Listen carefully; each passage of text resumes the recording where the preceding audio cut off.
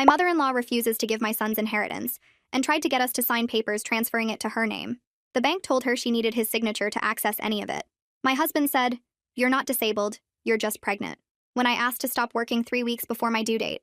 I was 8 months pregnant and my feet looked like 2 balloons attached to my ankles. My back hurt so bad that I couldn't sleep more than 2 hours at a time. I worked as a receptionist at a veterinary clinic and spent 9 hours a day on my feet, greeting pet owners and carrying files back and forth. When I told my husband Rodney that I wanted to start my maternity leave early, he looked at me like I'd asked him to buy me a private island. "You're not disabled, you're just pregnant." He said it while sitting on the couch playing video games with his headset on. I reminded him that my doctor had recommended I reduce my activity because my blood pressure was getting high. Rodney paused his game long enough to tell me that his mother worked in a factory until the day she gave birth and that I was being soft. His mother also had 3 miscarriages, but he never mentioned that part. I told him we had enough savings for me to take a few weeks off before the baby came. He said that money was for the baby, not for me to sit around eating snacks and watching TV. I asked him what exactly he thought maternity leave was for. He said it was for after the baby arrived, not before, when I was perfectly capable of answering phones. The next morning, my supervisor Fred asked if everything was okay at home because I'd been crying in the break room again. I told him I was just hormonal. He didn't believe me, but he didn't push. Rodney texted me 4 times that day asking what I was making for dinner. I was on my feet for 8 hours with a human pressing on my bladder, and he wanted to know what I was cooking for him when I got home. I made spaghetti because it was easy, and he complained that we'd had pasta 3 times that week. I reminded him that he could cook if he didn't like what I made. He laughed and said he worked too hard to come home and stand over a stove. Rodney worked at a car dealership selling used vehicles. He sat in an air-conditioned office all day drinking coffee and waiting for customers to walk in. But somehow his job was harder than mine, even though I was growing a whole person inside my body while also working full-time. On Friday, my ankles were so swollen that I couldn't fit into any of my shoes. I wore flip-flops to work even though it was against dress code because nothing else would go on my feet. Fred sent me home early and told me to talk to my doctor. The doctor said my blood pressure was too high and that I needed to rest. She wrote me a note recommending immediate maternity leave. I showed Rodney the note when I got home. He read it twice and then asked if I could get a second opinion. I asked him why he wanted me to keep working so badly when we had enough money saved. He got quiet for a second too long and then said he just didn't want me to get bored at home. That answer didn't make sense. Rodney never cared if I was bored. He left me alone every Saturday to go fishing with his brother and never once worried about me being bored then. Something was wrong. The next day was Saturday, and Rodney left early for his fishing trip like always. I decided to check our savings account online just to make sure everything was fine. The account that was supposed to have $11,000 in it had exactly $412. I checked 3 times because I thought the website was broken. It wasn't broken. The money was gone. I looked at the transaction history and saw dozens of withdrawals over the past 2 months. All of them were cash withdrawals from ATMs near the casino 20 miles outside of town. My husband had gambled away our baby fund. I sat there staring at the screen, feeling like the floor had disappeared. My hands started shaking and I couldn't catch my breath. Everything we'd worked for was gone. I closed the laptop and sat on the couch staring at the wall, trying to understand how he could do this. Then I called my mother. She picked up on the second ring and I told her everything. She was quiet for a long time and then she said I should come stay with her. I said I couldn't because Rodney would notice if I packed a bag. She said to just bring myself and she'd handle the rest. When Rodney came home from fishing, he found me sitting at the kitchen table with my purse in my lap. He asked what was wrong and I told him I knew about the casino.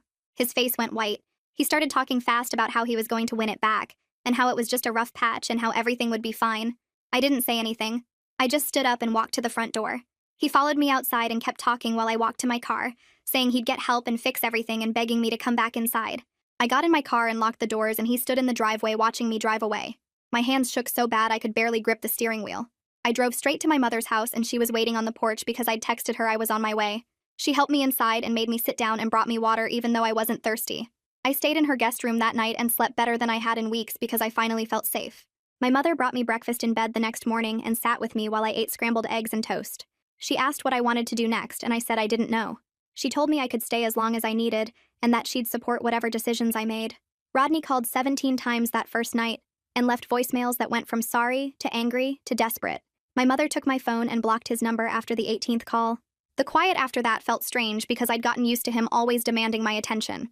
I spent the next 2 days just resting and sleeping more than I had in months. My ankles started looking normal again and the pressure in my back eased up. On the 3rd morning, I called Fred at the clinic and told him I needed to start my maternity leave right away for medical reasons. He said he understood and that my job would be there when I was ready to come back. His kindness made me cry because I'd been scared he'd be mad at me for leaving suddenly. My next doctor appointment was 4 days after I left Rodney. The nurse took my blood pressure and it was lower than it had been in weeks. My doctor came in and checked the baby and said everything looked good. She asked how I was managing the stress, and I told her I'd moved in with my mother. She nodded and said that was probably helping my blood pressure more than any medicine could. Then she said she wanted me to talk to someone before I left. A woman came in about 10 minutes later and introduced herself as a hospital social worker. She sat down and asked me some questions about my living situation and whether I had support. I told her about leaving Rodney and staying with my mother. She pulled out some papers and started explaining different programs that could help me. She talked about WIC for food assistance and temporary programs for bills and low-cost childcare options for when I went back to work. Taking the papers from her hands felt embarrassing, like I was admitting I couldn't handle things on my own. But I also knew I needed to understand what help was out there because I didn't have $11,000 anymore. I folded the papers and put them in my purse and thanked her. She gave me her card and said to call if I needed anything else. 2 days later, my phone rang from a number I didn't know. I almost didn't answer, but something made me pick up. A woman's voice said hello and asked if this was me, and I said yes. She said her name was Jillian and she was Fred's wife. I froze because I thought maybe something was wrong at the clinic. But then she said Fred had mentioned what I was going through and she wanted me to know their family was here to help however I needed.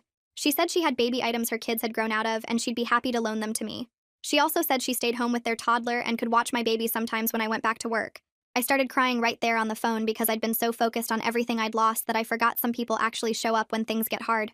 She gave me her address and told me to come by any time to look at the baby stuff. I thanked her about 5 times before we hung up. My mother asked who called, and when I told her, she smiled and said, "See, you're not alone in this." The phone rang again about a week and a half later. This time it was Rodney's mother, Evelyn, calling my mother's landline. My mother answered, and Evelyn asked to speak with me. I took the phone into the guest room and sat on the bed. Evelyn started talking right away about how Rodney was her son, and gambling was a disease and I should give him another chance. She said he was going to meetings and trying to get better. I listened for a minute and then explained that the bank showed 2 months of withdrawals, but I'd found hidden credit card statements proving the gambling had been going on for 6 months. I told her he'd emptied our entire savings and lied to me every single day while I was pregnant. There was silence on the other end. Then her voice changed and got quieter. She said she didn't know it had been that long or that all the money was gone. She apologized for not raising him to be more responsible with money. I told her I appreciated her calling, but I'd made my decision. We hung up, and I sat there feeling strange, because part of me had expected her to keep defending him. I spent the next few days looking at apartments online. My mother said I could stay with her as long as I wanted, but I needed my own space for when the baby came. I found a small 1-bedroom place in a complex near my mother's house. The rent was more than I wanted to pay, but it was the cheapest option that wasn't completely run down. I drove over to look at it, and the carpet was old and the kitchen was tiny, but it had a separate bedroom for the baby. The manager said I could move in 2 weeks before my due date if I paid the deposit now. I used the last of my own savings to write the check. Signing the lease felt like the first real step forward I'd taken. My mother came with me a few days later to start moving my clothes and some furniture. Rodney agreed to let me take what I needed without arguing, which surprised me. Maybe he felt guilty, or maybe he just wanted to avoid another fight. Either way, I got a bed and a dresser and some kitchen stuff loaded into my mother's truck. Setting up the apartment became this project that kept me busy. I painted a bookshelf I'd bought at a thrift store for the baby's room. I washed all the little clothes my mother had saved from when I was a baby. The room was coming together, but it looked nothing like what I'd imagined back when I thought Rodney and I would be doing this together. Jillian came over one afternoon with her toddler and brought a crib and changing table her kids didn't use anymore. She helped me set them up and showed me how the crib converted into a toddler bed later. My mother bought me a rocking chair from a thrift store and we put it in the corner by the window. The nursery was mismatched and nothing matched, but it felt full of love from people who actually cared about me and the baby. Rodney texted my mother's phone asking to meet and talk about what happens after the baby is born. I agreed, but only at a coffee shop, and only with my mother waiting in the parking lot. I drove there and found him already sitting at a table in the back. He'd lost weight and his face looked tired. He started talking right away about how he'd been going to Gamblers Anonymous meetings twice a week and seeing a counselor. He said he was getting help and wanted me to know he was serious about changing. I asked him if he'd told his counselor the full truth about the money and how long it had been going on. His face changed and he got defensive, asking why that mattered if he was getting help now. I told him we could discuss custody arrangements through lawyers, but I wasn't coming back. He stood up fast enough that his chair scraped loud against the floor. He said he'd been going to meetings for 2 weeks and I couldn't even give him credit for trying. Then he walked out. I sat there for another minute finishing my water before going back to my car where my mother was reading a magazine. 3 weeks later, I woke up at 3 in the morning with pain in my lower back. I thought it was just normal pregnancy discomfort until the pain came back 20 minutes later, then again 15 minutes after that. I woke my mother up and told her I thought I was in labor. She got dressed faster than I'd ever seen and helped me to the car. We drove to the hospital and I breathed through contractions the whole way there. The nurse checked me and said I was 4 centimeters and this baby was coming today. They got me into a room and hooked up to monitors. The labor went on for hours and the pain got worse and worse. I kept thinking about how Rodney should be here holding my hand. But then I'd remember he chose gambling over saving for this moment. He chose slot machines over our daughter. My mother stayed with me the entire time. She held my hand and got me ice chips and told me I was doing great. At 6:47 that evening, my daughter finally came. The nurse put her on my chest and she was tiny and perfect and screaming. I looked at her face and felt this huge wave of love that made every hard choice worth it. My mother cried and took pictures and called her the most beautiful baby she'd ever seen. The first week home was harder than anything I'd ever done. My body hurt from giving birth and I was trying to figure out how to breastfeed while running on maybe 2 hours of sleep. The baby cried constantly and I had no idea what I was doing. My mother stayed with me those first few days, and that's the only reason I survived.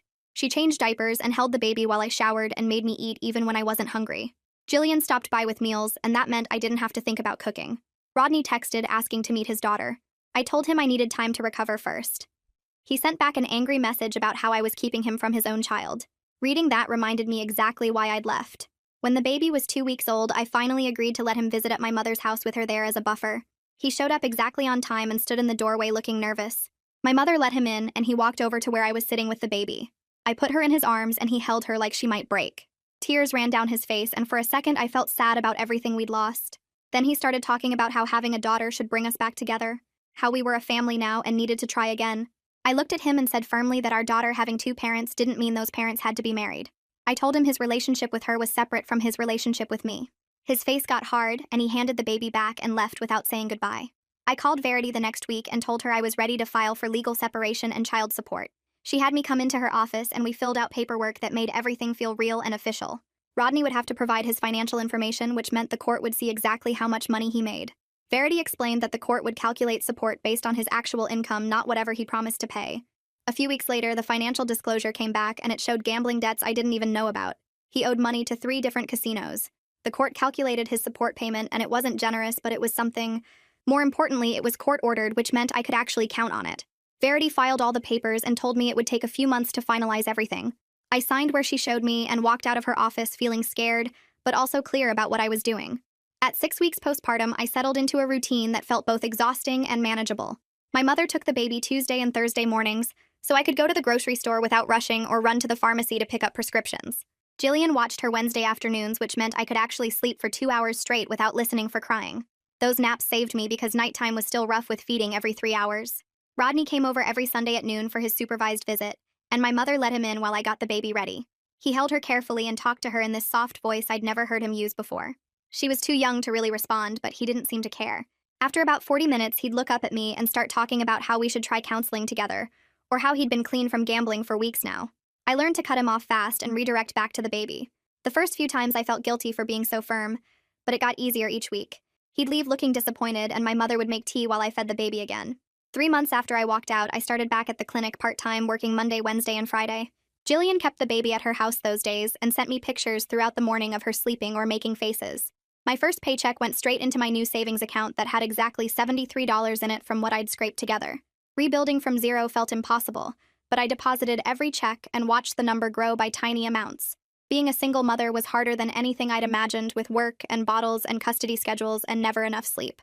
But my apartment stayed quiet without Rodney's complaints or lies. My daughter gained weight and smiled at me when I picked her up from Jillian's house. My mother called every morning to check on us, and Jillian texted me encouragement on rough days. I had people who actually showed up when they said they would. I was stronger than I thought I was when I walked out that door with just my purse.